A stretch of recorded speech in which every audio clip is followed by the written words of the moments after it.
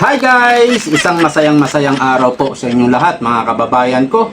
At eto na nga, dahil inuna ang kayabangan nitong si Congresswoman Luistro, o ayan ngayon, umaani ka ng kahihiyan at pilit mong nire-repair, pinapalusutan, pero walay na. Sumabit ka na dito.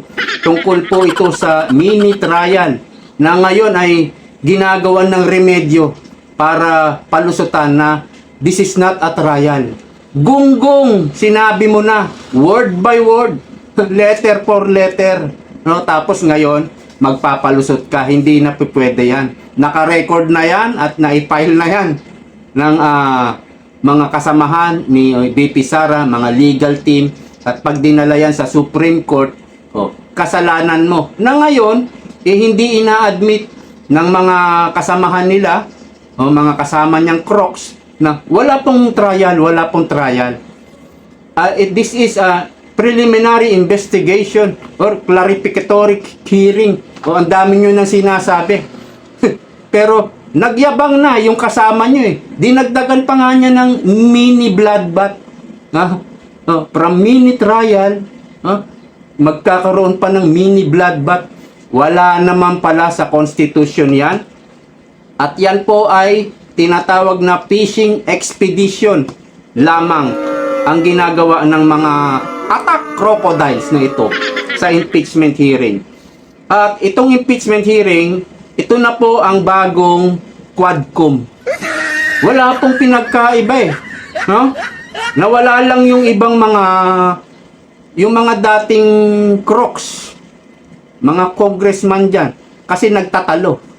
Mayroon din congresswoman na natalo, na deliverant din po ng mga maleta sa Marikina. Nawala lang po yung iba, pero ganun pa rin ang ginagawa nila dito po sa impeachment. Parang Quadcom lang din po. Same lang din ang ginagawa nila. Hanap ng hanap yung mga Crocs dyan sa house. Hanap ng hanap ng ebidensya at iba pang mga alagad ni Bangag, yung nasa uniform, no? Panayang hanap ng ebidensya, ngunit wala talaga silang makita na ebidensya dahil wala naman talagang ginagawang masama ang ating Vice President Inday Sara. Kaya't kahit unconstitutional na ang ginagawa diyan sa House, wala silang pakialam dahil wala na pong kahihiyan ang mga tao diyan. At pinapayagan din ito ni Bangag at ni Tamba. So, yan po ang ating pag-uusapan at iba pang mga topic.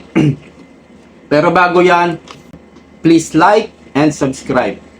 Okay, sa nasaksihan po nating impeachment hearing kahapon ba yon? March 25. Kahapon kasi naging busy ako. I-vlog ko na sana ito, pero ngayon lang tayo nagkaroon ng time, no? So, yung nasaksihan nating impeachment hearing, isa lang ang pumalag po dito sa mga member ng Justice Committee, no? Pero hindi ko alam kung isa nga lang, no? At walang iba kundi si Rufus Rodriguez. Ang alam ko, 3 ang bumoto against, no? Against po. Kaya lang, mayroon din mga pumapalag katulad ni Marcoleta, bagamat nagtatanggol din sa Constitution.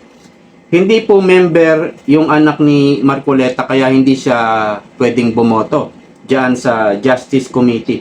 Pero mayroon 3, may 2 pa, hindi ko alam kung. Pero ito yung pinaka nangibabaw, no? Si Rufus Rodriguez, no? Pero unahin po natin itong mini trial na nagkasabit-sabit dahil sa kayabangan ni Luistro. Ito po, this will be a mini trial. Sinabi niya po yan, March 18. Yan yung panay na pa-interview niya. Panay na pagyayabang, yabang ng yabang. At kung magsalita, kala mo napakagaling niya. Sumabit ka rito. Only in the Senate lang pwede mag-try. Hindi po pwede sa House of Representatives. So, doon, i-determine nyo lang kung may sufficient in form, sufficient in substance, at titignan nyo na, i-determine nyo kung may probable cause. At doon, after nyong ma-determine kung ito ay efficient in substance, mayroon na kayong hawak na impeachment complaint at yung akusasyon at may ebidensya na. At doon naman, ang pagbabatayan nyo, yung sagot ng depensa ng Vice President. So, doon na kayo hahatol, doon nyo natitimbangin yung inyong pagboto. Kung ito ba'y impeachable o hindi. Kung ito ba'y yes or no, not to impeach. Hindi po pwede na gumawa kayo dyan ng trial because only the Senate can do a trial. Okay, mamaya palalawakin pa natin yung pagtalakay dyan. So, maliwanag, letra for letra, ayan yung nakalagay, trial, word for word, binanggit mo ang trial. At meron ka pang dinagdag, ito, bukod sa mini trial, mini bloodbath. Yan yung mga pagyayabang mo, Luistro. Pero pahiya ka rito. Pahiyang-pahiya ka. At ito'y gagamiting ebidensya kung sakaling tumakbo ng Supreme Court ang Vice President. At dito, dahil March 25 na ito, parang ang tawag nito, nire-remedyohan niya yung pagyayabang niyang ginawa. Dahil sabit yon. Ito, ang sagot niya, ang ginagawa niya, sinasabi niya, we are not yet determining the guilt. We are not holding trial. Oo, ngayon. Sinasabi mo. Kasi sablay sabi ng mga kasamahan mong crocodile, mali yun. Mali yun. Pero, hindi nila magawang masabi na hindi dapat ganon. Wala talagang trial na magaganap. Ang ginagawa ngayon, nire-remedyohan na lang. Kasi ayaw nilang umamin sa pagkakamali nila. Hindi nga sila umaamin na nagnakaw eh. 'Di ba? Hindi talaga umaamin yung mga yan. This is just a clarificatory hearing for the purpose of determining probable cause. Nandoon na tayo to determine kung may probable cause, which will allow us to proceed to trial in the Senate. Sa Senate lang talaga yung trial.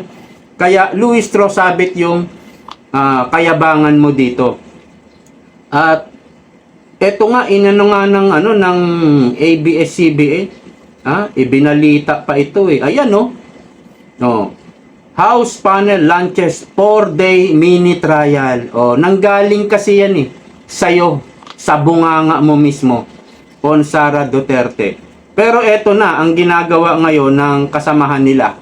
Tignan nyo kung paano i-twist, kung paano pagsinungalingan, at ibibintang pa sa iba. Ganito katindi ang mga buayang magnanakaw dyan sa House of Representatives. Eto, pakinggan nyo. There's no such thing as a mini trial. Mini trial is it's a loose term, mostly used by some people to confuse. Ayan. There's no such thing as mini trial.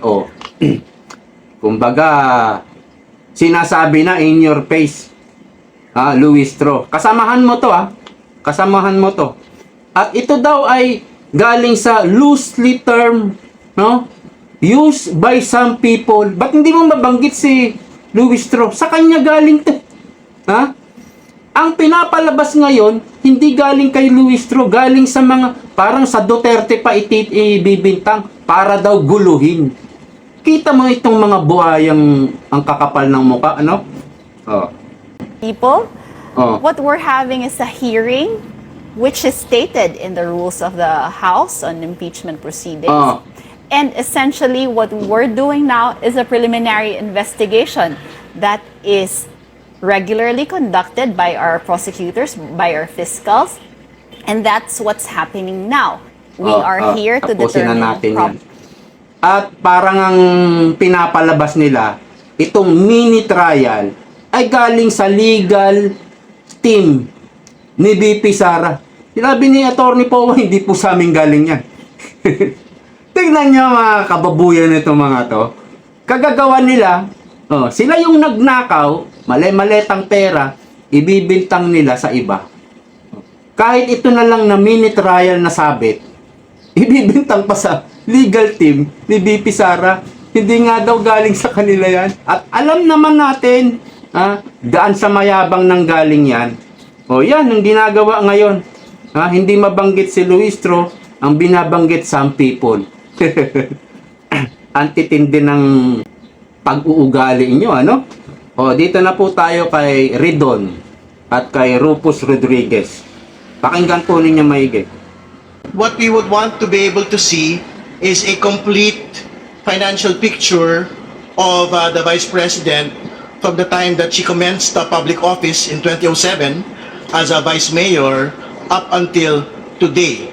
That would be a proper objection, with due respect, if we had ended our request previous to 2022. But to be clear, I think a big chunk of all of these businesses' requests will most definitely cover up until today, Madam Chair. And more particularly, there are specific firms here which basically cover the term of the Vice President already. Geometry, Security, Amianan Shores, Cable Tow are some examples. But to be clear, all of these are firms that have been listed in the 2024 SALN, which is why I think the nexus between the documents of the SALN and the corporate records is established as we speak, Madam Chair. Would you like to make additional manifestation? May I Ayan. secure from Congressman Ridon a statement of ultimate facts in the third and Okay, fourth patuloy muna natin sandali, no? Ito yung nagsasabpina na si Ridon sa mga negosyo, business firm ng pamilya ni VP Sara. Ito ngayon nag-object si Rufus Rodriguez. Pakinggan natin. third and fourth complaint, which mentions these corporations. Are there any? Ultimate facts. None. There is none. There is none.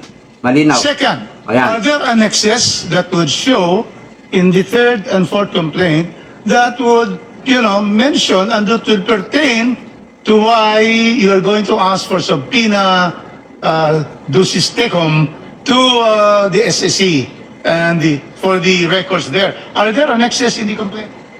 There is none. There is none. Ang sinasabi ni Rufus Rodriguez, doon sa pinagsasabpina mo mga corporation, business firm, is there any, ano yung term niya?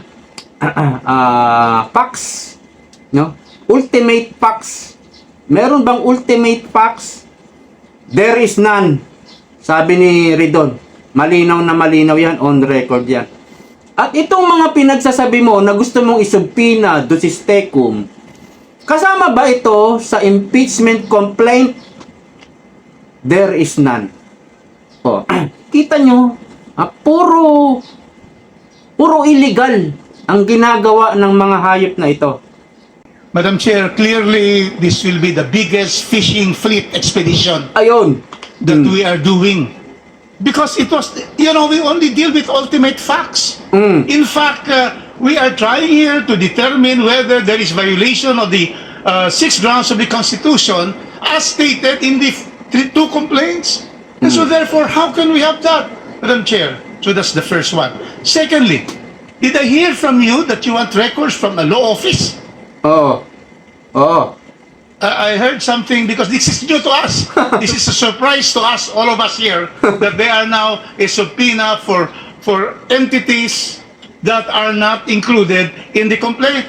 So are you saying there's something about a law office? To be clear, these are in the SALN of the Vice President for 2023 and 2024. So I think there is nothing that prevents this committee from basically issuing subpoenas on documents that are actually public documents, Madam Chair. No, I'm asking specifically. There was a Oo. statement. You're asking for subpoena for a law office. Law office. Yes, because our assumption is Oh. that this is an incorporated law office because it was stated as one of the business interests of the Vice President in her SALN. Pinagtatawanan ka ni Rufus Rodriguez, ano? Kilala niyo po ba si Rufus Rodriguez? Ito po ay nakilala ko o umingay ng kahit papano yung pangalan noong panahon ni Erap.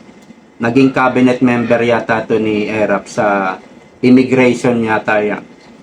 At dati na siyang politiko pero parang vice governor lang, mga ganun lang. Naging congressman po ito noong parang 2010, no? At noong 2019, congressman din siya. Ito po ay deputy speaker panahon po ni Pangulong Duterte, no? Hindi po ito kumbaga naka-align sa Duterte. Palipat-lipat din po ito ng partido. Ganyan din kasi ang ugali ng maraming congressman. At itong si Ridon naman, ito po ay dating naging representative ng Kabataan Party List.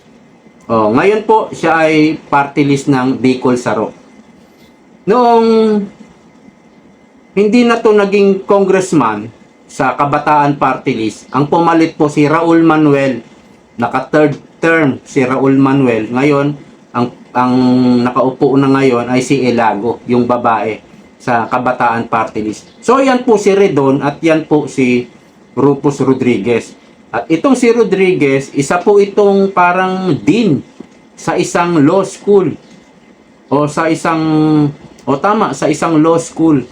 Kaya hindi po ito papayag kapag may mga unconstitutional na, dahil mapapahiya siya sa mga estudyante. Dean ka, tapos makikita ng estudyante, parang mali yata yung pinapanigan mo, Rufus Rodriguez. Kaya hindi siya lang po yung tanging member ng Justice Committee dyan na pumapalag. Siya lang po ang kaisa-isa. Andyan si Marcoleta pero hindi member si Marcoleta. Tuloy natin. Aware of the privilege communication between lawyers and client? This will exactly violate the provision of privilege. Oh. You cannot subpoena law firms for representing a person either accused or in impeachment cases. How can we subpoena a law firm? Si Raulo lang gumagawa talaga yan. Baliw lang. Baliw lang ang gumagawa niyan. Ayan yung mga nakahanay sa komunista. Communist Party of the Philippines. Puro mga baliw po pag-uusap, pag-iisip niyan. Ganyan lang po ang mga pag-iisip niyan. Ang nagsabi niyan, mga kasamahan niya rin na dating komunista. Puro baliw po yung mga tao dyan. Ayan, kita nyo yung isang ngiwi, akbayan na komunistang NPA. May hawak-hawak pa na piatos. Ang dami nang naghihirap. Yan yung inaatupag nila.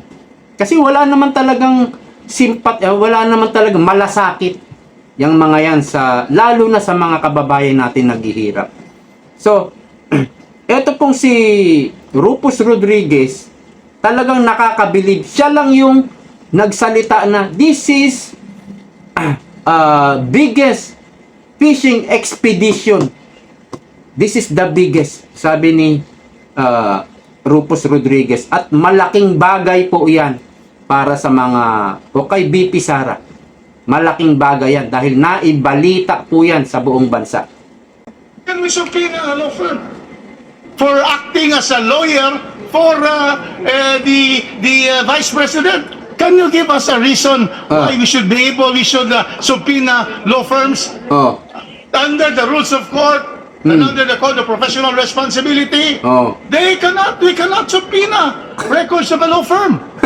Sure, court records or communications between clients and the lawyers are absolutely privileged communications. Ano yung But hiling? if this particular law firm is an incorporated entity within the Securities and Exchange Commission and had been submitting annual audited financial statements year after year and a general information sheets, I Ano don't yung think iling? we are precluded as a committee, as an impeachment proceeding, from requesting these particular documents. We are not talking about conversations between the clients of Duterte Carpio or Carpio lawyers. We are talking about their financial output year on year. And to be clear, this is precisely the justification of supporters of the Vice President as to why her income, her net worth, had ballooned to 88 million as against a computed cumulative salary of 30 to 40 million pesos. So I don't think there is reason to, in fact, object to getting all of these financial documents, whether from a corporation or whether from a law firm that is supposedly registered in the Securities and Exchange Commission. Ulul! Ito sagot ko. Mamaya na kay Rodriguez. Baka sasagot pa si Rodriguez. Bumalun daw, lumobo raw ang mga asset ni BP Sara. From 2007. Tagal na nun. Ha? Sabi nga ni BP Sara, alam nga namang wala kaming gawin. 'Di ba? Ilang taon yan, wala kaming ginawa. Hindi kami nagtrabaho para lumaki yung asset namin. 'Di ba? Oh. Ito po yung sinasabi ng mga legal team ni VP Sara, no? Under the Constitution, Section 3, Paragraph 6, Article 11, that it is the Senate has the sole power to try and decide all cases of impeachment. Ang Senado lang ang pwedeng mag-try o trial and decide all cases of impeachment. The only body that can conduct trial on impeachment in the Senate is the Senate, no? Only the Senate can examine witnesses, that can cross-examine witnesses, that can issue subpoena. Ayan, malinaw po sa Constitution. Only the Senate that can issue subpoena. Ang ginagawa ngayon ni Ridon at yung mga masasamang loob dyan sa House of Representatives, nag-i-issue sila ngayon ng subpoena at pinagbotohan yan, 3 lang ang nag-against. Isa na dyan si Rufus Rodriguez. At only the Senate, ayun na nga pala, issue subpoena for the production of evidence. So, dito po sa investigation ng House of Representatives, dapat ang kanilang ebidensya at hand. Meron na silang evidence at hand. Nasa Constitution na rin yan, no? Sa paggawa nila ng investigation, dapat meron na silang evidence at hand. Doon nga sila magbabatay, titignan nila, ito yung sa impeachment complaint, sa prosecutor, ito yung sa defense, doon pagbabatayan nila at boboto sila kung may probable cause o walang probable cause.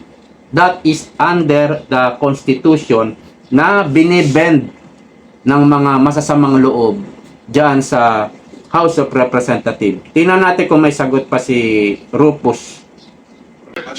Madam Chair, May I call the Honorable Jokno first? Wala na. perhaps it would be more prudent if we could have the motion of Representative Ridon in writing so that we can consider all the angles and the aspects to that request. I think that we would need to tread carefully when it comes to these matters, especially given natakot ka the rin. points raised by Representative Rodriguez. Motion, hearing suspended.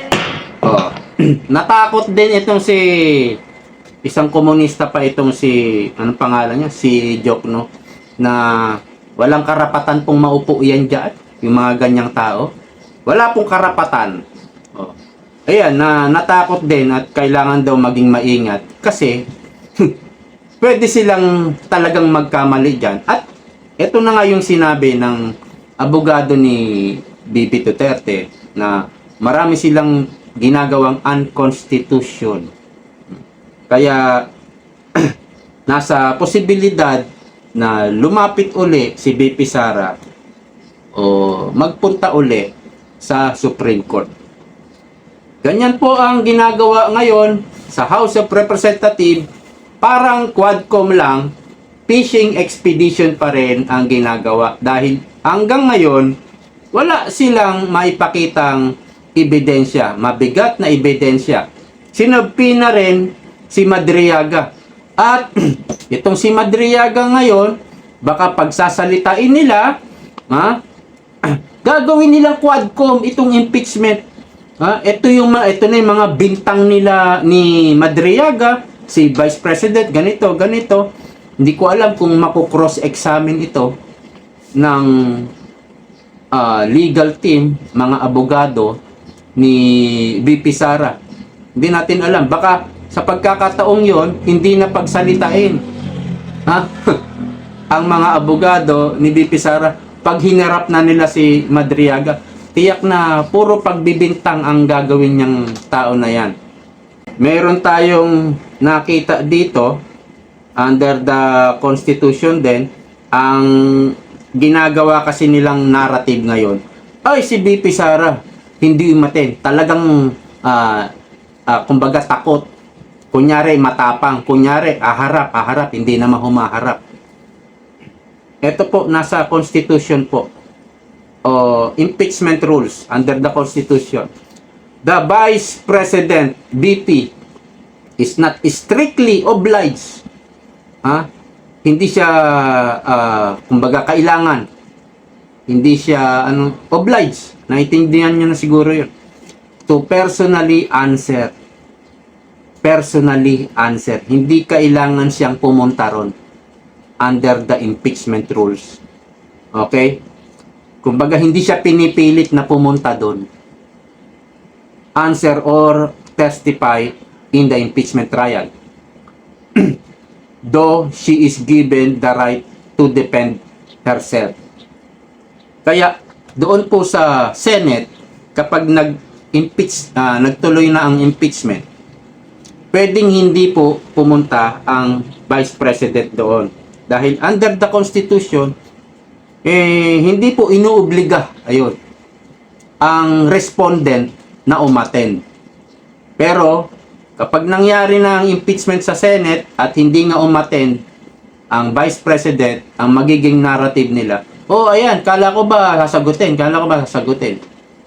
Nasa karapatan po ng respondent itong hindi pag-attend. So nililinaw na natin kasi yan yung papalabasin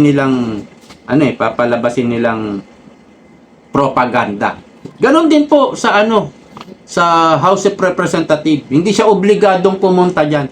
Nasa kanya na po yan kung pupunta siya o hindi. Ngayon pa lang, yan na yung pinapalabas nila. Ginagawa na nilang propaganda na akala ko ba mini bloodbath. Sa Senado siguro dadalo siya. No? At doon talaga yung mini bloodbath dahil yun talaga yung proper forum diyan sa Senado. Pero dito, ito po ay impeachment ala Quadcom. Yan po ang ginagawa nila diyan sa House of Representatives.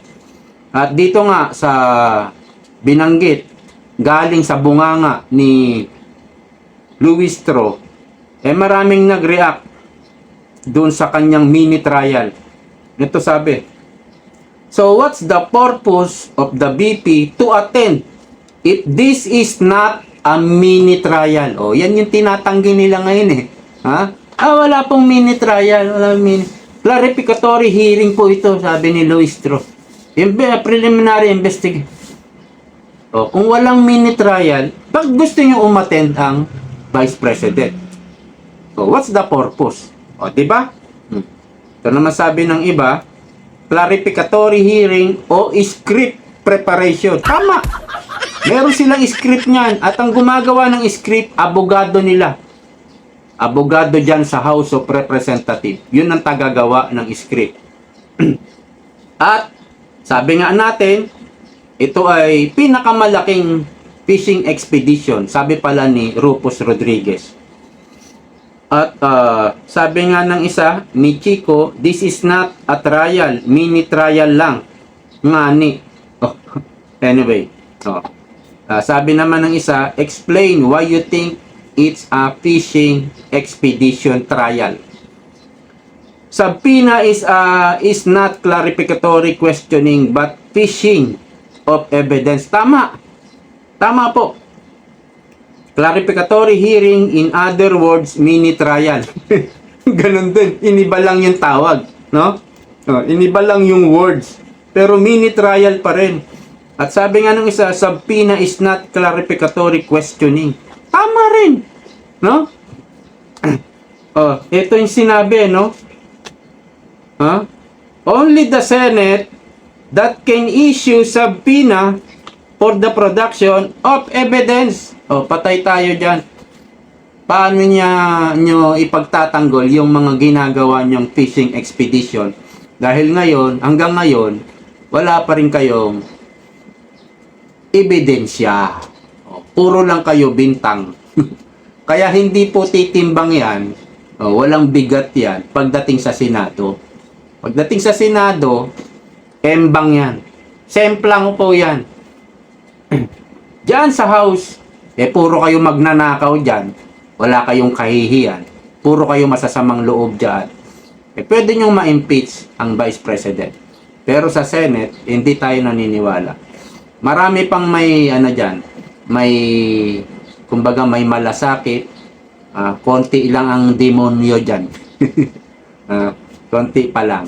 Mas marami mabubuting tao yung nandyan. Okay, hanggang dito na lamang po. See you next time. Bye-bye!